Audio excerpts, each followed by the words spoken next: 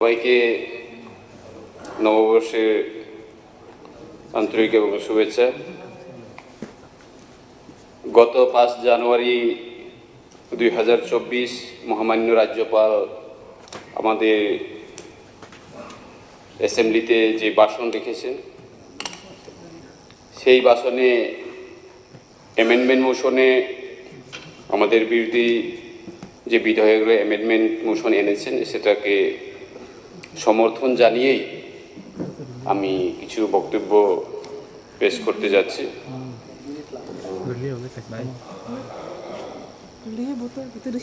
এখানে যে গভর্নমেন্টের মাননীয় রাজ্যপালের যে অ্যাড্রেস, আমি ভেবেছিলাম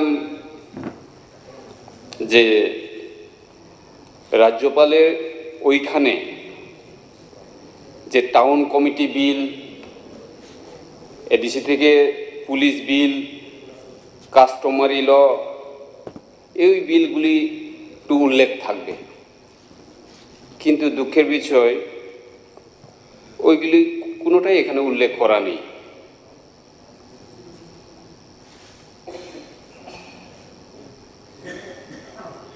এতগুলো বিল থাকা সত্ত্বেও কেন আমাদের রাজ্যপাল ওই বিলগুলি সম্পর্কে কিছু বলেননি, এটা আমি জানি না।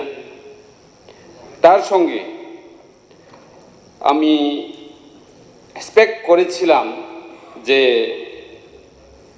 আমাদের টিটিএডিসি যে গভর্নমেন্ট, ওরা গ্রেটার ত্রিপুরাল্যান্ড অথবা সেপারেট স্টেটের জন্য যে রেজুলিউশন পাস করে মহামান্য রাজ্যপালের কাছে এবং ট্রাইবাল ওয়েলফেয়ার ডিপার্টমেন্টে পাঠানো হয়েছে, সেই বিষয়ে কোনো উল্লেখ নেই। আজকে এই পবিত্র বিধানসভায় দাঁড়িয়ে আমি এটাই বলতে চাই, যখন আমি 2018 সালের বিধায়ক ছিলাম তখনও আমি ত্রিপুরাল্যান্ডের কথা বলেছি, এবং আজকেও যেহেতু ভারতের সংবিধান এবং এর 2-3 ধারায় উল্লেখ আছে যে সেপারেট স্টেটের জন্য আমরা কথা বলতে পারি এবং ডিমান্ড রাখতে পারি। আমাদের ত্রিপুরা রাজ্যে বিজেপি এবং আইপিএফটি জোট সরকার এখনও চলছে। এখনও আমাদের একজন মাননীয় বিধায়ক তথা মন্ত্রী আমাদের শুক্লাচরণ নওয়াতিয়া আইপিএফটির যারা সেপারেট স্টেটের জন্য ডিমান্ড করছে, আমরাও ত্রিপুরামথা হয়ে আজকে এই পবিত্র বিধানসভায় ত্রিপুরাল্যান্ড এবং গ্রেটার ত্রিপুরাল্যান্ডের জন্য এই মহামান্য রাজ্যপালের যে ভাষণের বইয়ে ইনক্লুড করার জন্য দাবি জানাচ্ছি। এবং এই গ্রেটার ত্রিপুরাল্যান্ডের বিষয়টা আগামী বিধানসভাগুলিতে আমরা যদি প্রাইভেট মেম্বার্স রেজুলিউশনে চান্স পাই তাহলে অবশ্যই এই বিষয়টা আনবো। এবং লাস্ট বিধানসভাতে আমাদের মাননীয় সদস্য একজন এনেছিলেন প্রাইভেট মেম্বার্স রেজুলিউশনে গ্রেটার ত্রিপুরাল্যান্ডের ব্যাপারটা, কিন্তু তখনও আমাদেরকে চান্স দেওয়া হয়নি। খুবই দুঃখের ব্যাপার। এখানে ইকুয়ালিটি মেনটেন করা হচ্ছে না। সুশাসনের কথা বলছে, কিন্তু সুশাসনের মধ্যেও অনেকগুলি বিষয়ে আমাদের নজরে আসে। আমি একটা উদাহরণ দিতে যাব। গত 1 সপ্তাহ আগে আমাদের বিধানসভা শুরু হওয়ার আগে একজন পুলিশ অফিসার শ্যামশঙ্কর রিয়াং, ওনাকে নন্দননগরে একজন রিক্সা ড্রাইভার এমনভাবে বিট করেছে, এমনভাবে ওনাকে পিটিয়েছে লাথি দিয়ে। উনি এফআইআর করেছেন। ওনার পোস্ট হচ্ছে যাত্রাপুর পুলিশ স্টেশন। উনি ছুটিতে এসেছেন ক্রিসমাসের জন্য। উনি ইন্সপেক্টর। আজ পর্যন্ত ওই দোষীদের কোনো পদক্ষেপ এবং ওই দোষীদের আজ পর্যন্ত অ্যারেস্ট করা অথবা ডিটেইন করার কিছুই পদক্ষেপ নেওয়া হচ্ছে না। এটাই কি সুশাসন? এটাই কি ত্রিপুরা রাজ্যের সুশাসন? আমি মাননীয় মুখ্যমন্ত্রীকে অবগত করতে চাই এই বিষয়ে। যে আপনি এই বিষয়টা সিরিয়াসলি নিন, কারণ আপনারা এবং আমরা সবাই বলি উই আর ইন্ডিয়ান, আমরা হিন্দুস্তানি, আমরা ভারতবর্ষে বাস করি। এই গণতন্ত্র দেশের মধ্যে সবার অধিকার আছে যার যার ধর্মীয় পালন করার, এটা হবে, থাকবে। কিন্তু এইভাবে একজনকে, এক পুলিশ অফিসারকে, যদি একজন পুলিশ অফিসারে যদি ওইভাবে লাঞ্ছনা হয়, তাহলে আমাদের সাধারণ জনগণ কোথায় থাকবেন? ওইটাই আমাদের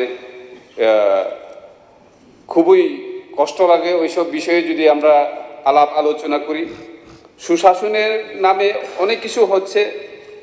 আমরা দেখি SDM এর মাধ্যমে বিভিন্ন জায়গায় অ্যাডমিনিস্ট্রেটিভ ক্যাম্প করে ST সিটিজেনশিপ অথবা PRTC বন্টন করা হচ্ছে।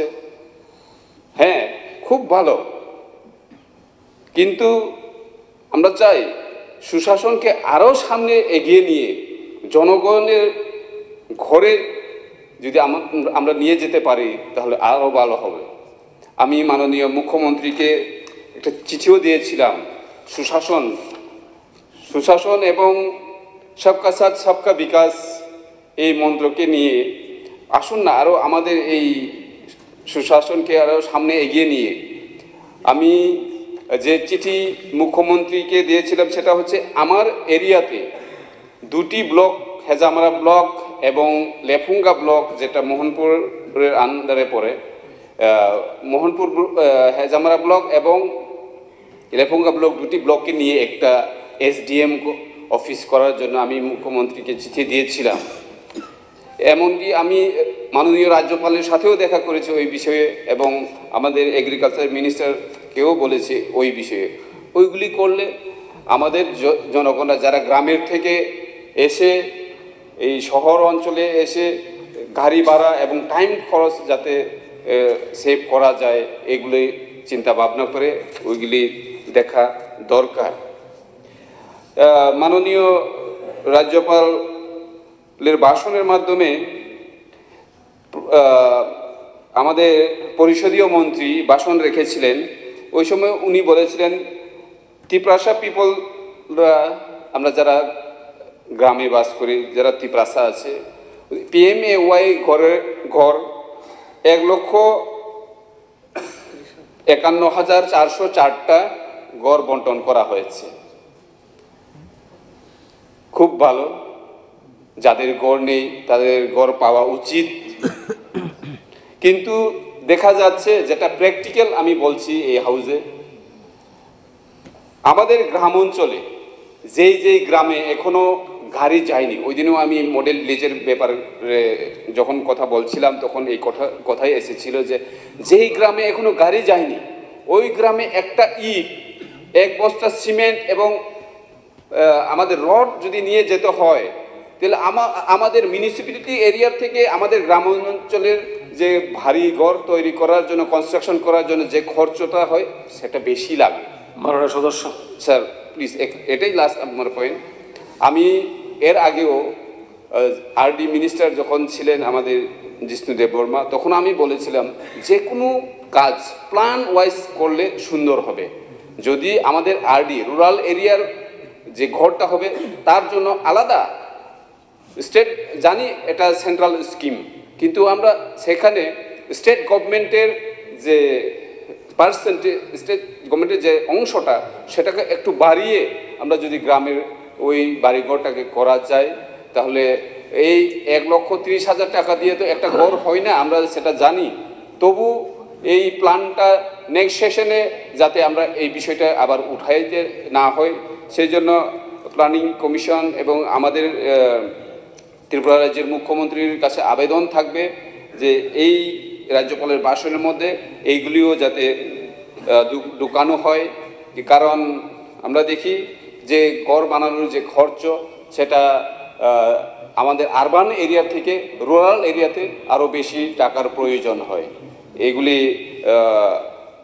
এই রাজ্যপালের ভাষণের মধ্যে ইনক্লুড করা হোক, সেটা আমি চাই।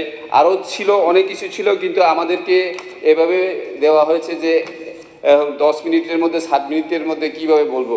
কিন্তু প্রথম দিক থেকে আধা ঘন্টা 1 ঘন্টা করে সবাই সময় নিয়ে নিয়েছে স্যার, না, সবাই নেই। দুর্ভাগ্য। তবু আমি যেটা বলেছিলাম এইগুলো যাতে করা হয়। সবাইকে নমস্কার, থ্যাংক ইউ, ধন্যবাদ।